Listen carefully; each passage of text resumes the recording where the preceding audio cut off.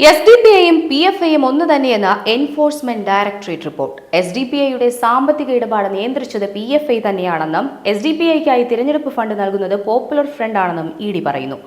SDPI സ്ഥാനാർത്ഥികളെ തീരുമാനിക്കുന്നത് PFI ആണ്. SDPIക്ക് 4 കോടിയോളം രൂപ PFI നൽകിയതിന് തെളിവ് ലഭിച്ചുവെന്നും ED പുറത്തിറക്കിയ വാർത്താക്കുറിപ്പിൽ വിശദീകരിക്കുന്നുണ്ട്.